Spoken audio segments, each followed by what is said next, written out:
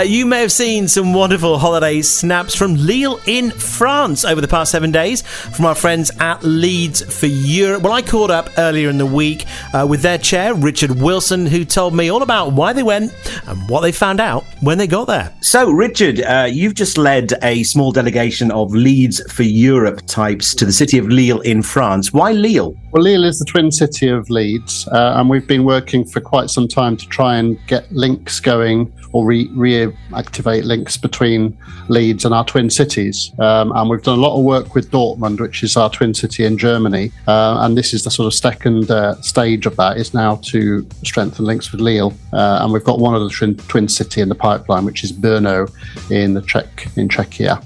But for this month, it was Lille. Fantastic. And how many people did you take with you? We had 6 members of Leeds for Europe. We all travelled in different ways. Me and Peter Packham went by car because we were carrying all of our paraphernalia.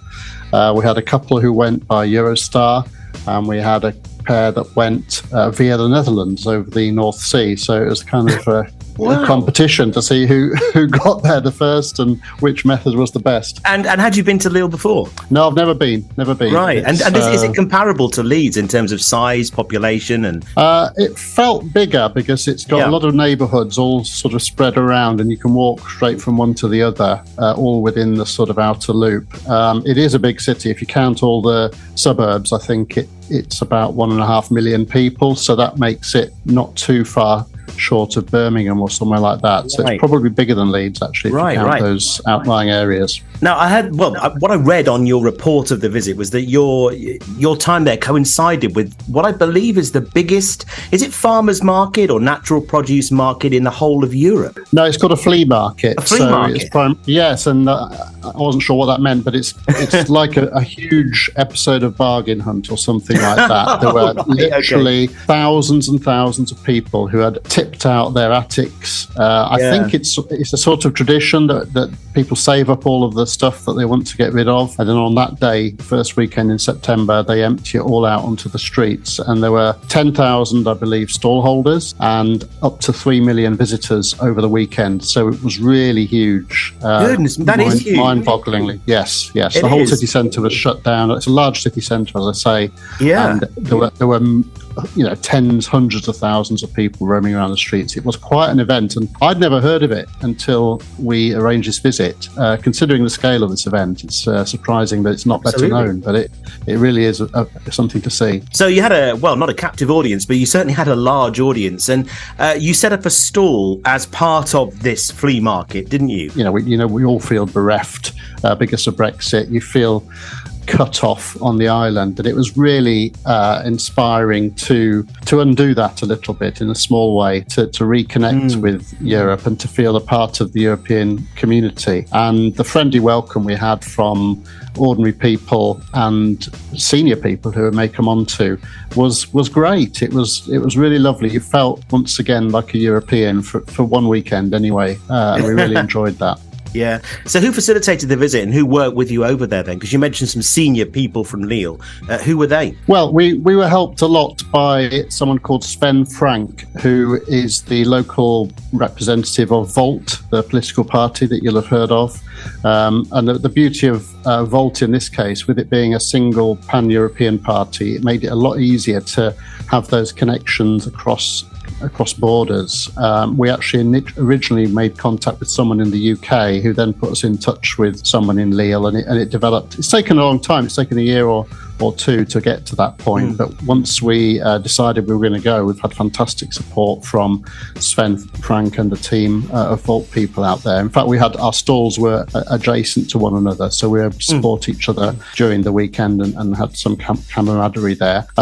And the nice thing about this event was that there was space for a lot of organisations like ours, not just commercial organisations, but civic society type organisations, political parties, interest groups. It was really a nice atmosphere in the particular section that we were in. We were in a part that was dedicated to associations, and it was lovely. And the people who were coming along to that part of the braderie were were looking and were interested in the various associations. So it was relatively easy to have conversations because people really did want to find out what we were about and to get involved with us. Tell me something about those conversations. What is the mood at the moment in France, particularly Lille, obviously, as regards the state of the UK, Brexit, where we are, where we're going, and what do you sense is the mood in terms of welcoming the UK back into the EU from the people of Lille? Well, our experience was truly enlightening and uplifting.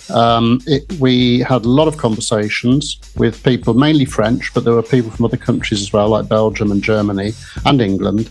And they were all sad that we had done what we'd done. They didn't understand why we'd done it. And they were looking forward very much to the day that we return to the EU. And they certainly, and this is not something that we could take for granted, but they very much, almost universally, were in favour of the UK rejoining the EU as soon as we're ready to do so. And that was great. That was really nice to hear. Nice message to bring back to the UK. Absolutely. We tested that with a Brexitometer.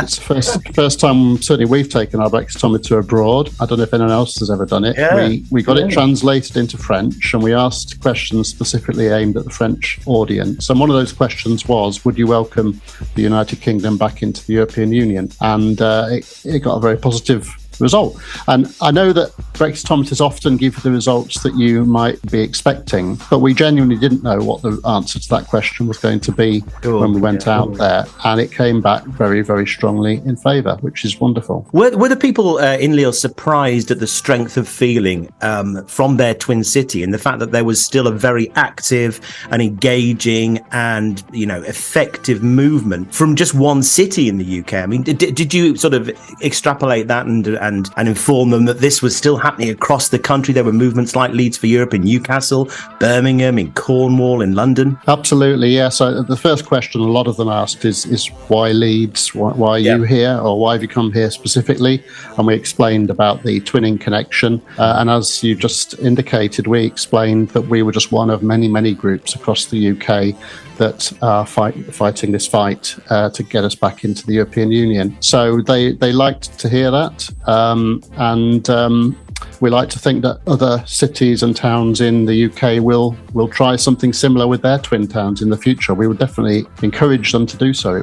Not only was it educational and beneficial in terms of communication, but it was great fun as well for all of us. Yeah, I'd imagine there were quite a few people that didn't know that Leeds was their twin city in the UK as well. Absolutely. It probably works both ways. I think these twinning connections have been a little bit neglected over the past few years, probably more so on the British side, unfortunately. And it's something, I'm involved in the European Movement Twinning working group, which is trying to stimulate more of this. They have a conference in Bath next month, which I'm looking forward to. And we're using this as a case study, really, in one way that you can try and reinvigorate those connections. Some towns and cities in the UK are doing better than others.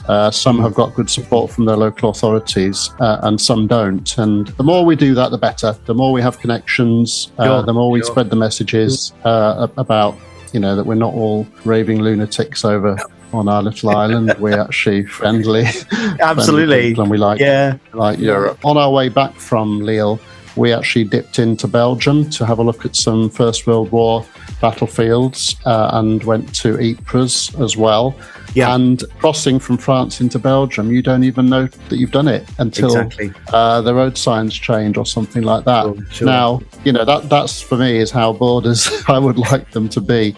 And I wish ours was a bit more like that. So where next for Leeds for Europe? I mean, you mentioned Chechnya at the beginning of our chat. Is that where you're hoping to go to next? Czechia. No, we're Czechia. Not quite ready. Not ready for Chechnya yet. Right. That might be one on the horizon. Yeah. We can't do too much. We've got our main fight is the political fight in the UK to get us back into the European Union. So our focus at the moment is on the National Rejoin March on the 23rd of September. That's the next big thing for us. We're also involved in the Star of European Unity project, which is coming around the country in October and November. So we take one step at a time, but this is certainly a nice string to our bow. As I say, it's good fun. It's something a bit different, and it can't all be battling with Brexiters. It wears you down, doesn't it? It does. It absolutely does. Just a bit more uplifting and a lovely experience, and I would encourage everybody to give it a go if you can. Absolutely. Richard, it's been fantastic talking with you, and thank you so much for sort of shedding a bit of light on that trip.